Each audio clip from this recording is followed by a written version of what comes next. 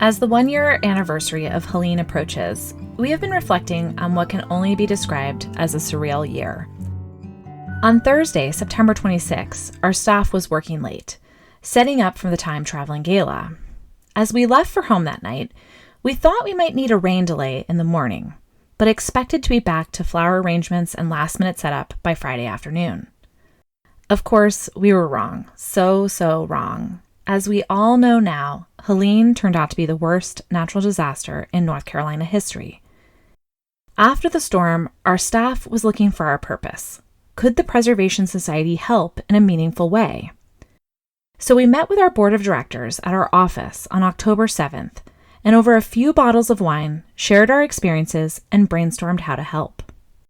We received some good advice early on from someone in emergency management. Stick to the mission of the organization and let that guide you. In our case, that meant buildings that were 50 years or older in Buncombe County. As heartbreaking as it was to say no to people who live just over the county line or lost everything in a 1980s home, we couldn't help everyone, and having those parameters allowed us to focus our resources and get moving. Very quickly, we found ourselves delivering generators and dehumidifiers all over the county. In just a couple of weeks, we gave out over $10,000 in dehumidifiers alone. We also made the decision to use the bricks and mortar category of our existing grant program and began awarding $5,000 to anyone with a historic structure that had been damaged.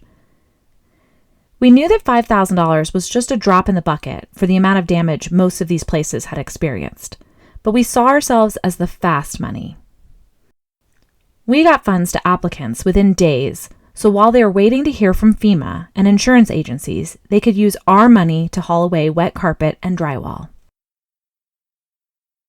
Our board of directors extended our normal grant budget from $50,000 to $100,000, and on the day those funds ran out, our staff cried happy tears when we got word of an additional $50,000 from the Community Foundation of Western North Carolina.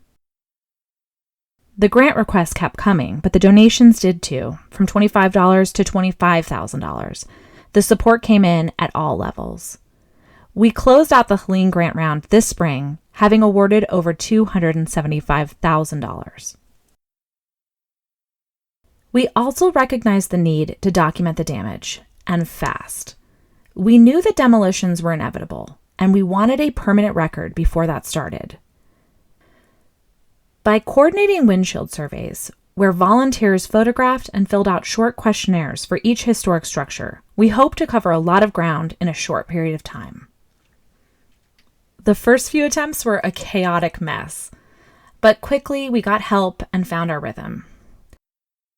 Chelsea Freeland, a maritime archaeologist based in Asheville, reached out in our earliest round of volunteers, looking to help however she could. Her department at East Carolina University permitted her to dedicate one day of her work week to PSABC's efforts, and she began mapping all 50-plus-year-old structures in the worst hit areas of East Asheville, Swannanoa, and Montreat. Volunteers completed windshield surveys of all 1,200 structures identified in those areas. Some days, volunteers came back with smiles, reporting minimal damage. Other days, they returned looking stricken, shocked by the destruction they'd witnessed. Beacon Mill Village in Swannanoa was among the hardest hit areas in the county. Homeowner Maya Rice reflected on her experience during the storm.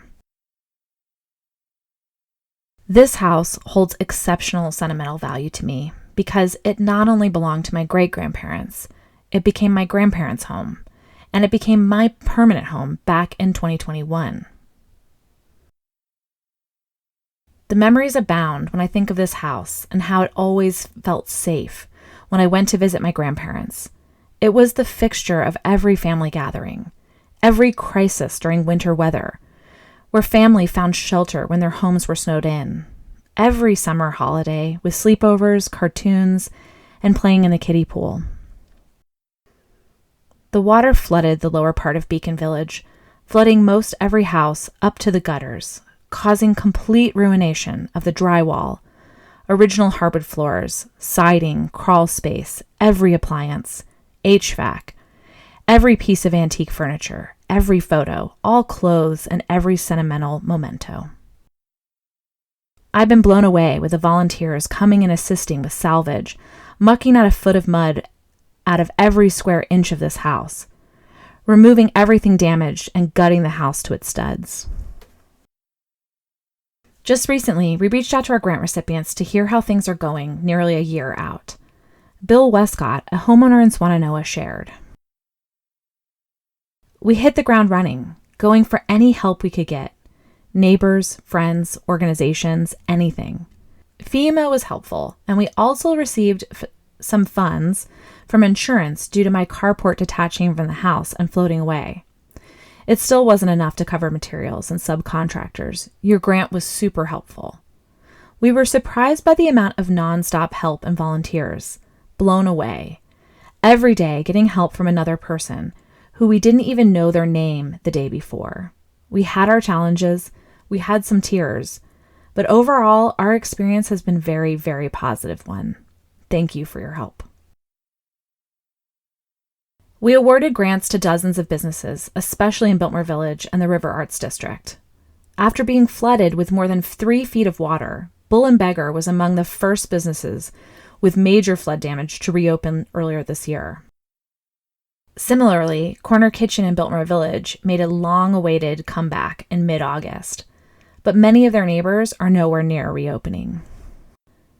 Brooke Suhail, owner of Casablanca Cigar Bar, reflected on how things stand for their business as of August. At this point, we haven't made significant progress in the physical rebuilding process. That said, we remain fully committed to reopening and are currently aiming for early next year.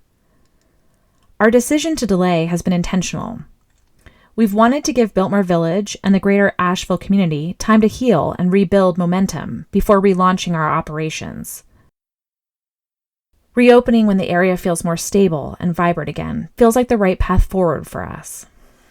The Southern Highland Craft Guild in Biltmore Village has realized it will be a long process of recovery and very expensive. Executive Director Tom Bailey said, "The greatest challenge proved to be the permitting process to get work orders approved. Finally getting the power meter restored to the building felt like a significant turning point. This took 10 months. More work is still planned. This is a very long process." Meanwhile, in the River Arts District, owner of Riverview Station, Helene Green, says, "We've made progress, but it's been frustrating, slow, and intense. We are still doing demolition and have not begun rehabilitation. We have also applied to be listed on the National Register of Historic Places, so we will not be doing any rehab work until we have received our approval. The fact that the Army Corps of Engineers has hauled away a lot of our debris has felt like a victory. Getting all the mud and debris out of the building has felt like a victory. Getting building permits also felt like a victory.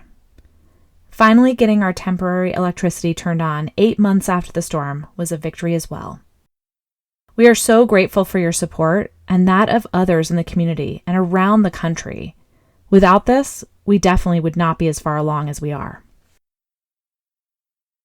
As we reflect on the changes we have witnessed in Western North Carolina over the last 12 months, we must also acknowledge some hard losses.